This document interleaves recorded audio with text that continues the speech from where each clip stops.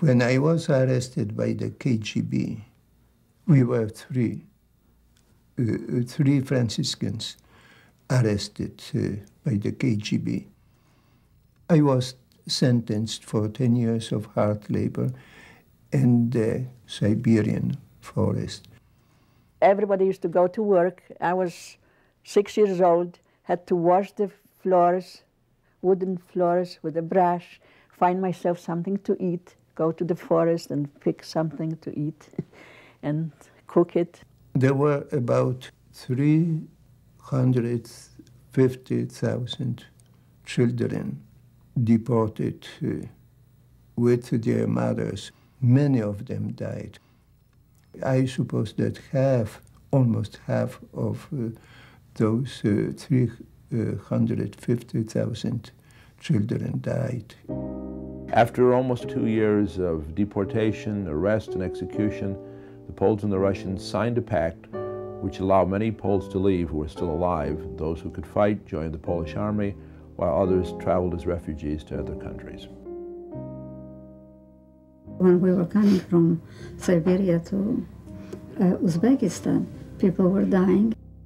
And when somebody died and the train stopped, they just put the body by the railroad station. How hard it was for mother to put her child, or when mother died and children went, and it was such unhuman suffering and that's why it's difficult to talk about it. To emphasize Polish suffering would immediately raise the issue of what about American relation with Russia, which is the cause of much of this suffering. The United States was pledged to the notion that it must cooperate closely with the Soviet Union to win the war. Therefore, raising the Polish issue complicated that relationship. Better not talk about Poland. While the war continued in Europe, many Polish families traveled to refugee camps in various parts of the world, where they soon found a better life. Father Lucjan was in charge of more than 150 children in Africa. He stayed with this group until after the war and helped to find new homes for many of them. Africa fascinated us all. I was young, and kids were also. You see, they loved it. After this ordeal in Russia, so Africa was like a paradise for them. After the war, nobody wanted to go back to Poland, to the communist Poland. Almost everybody lost someone in the concentration camp or in the exile. As we refused, they took away our citizenship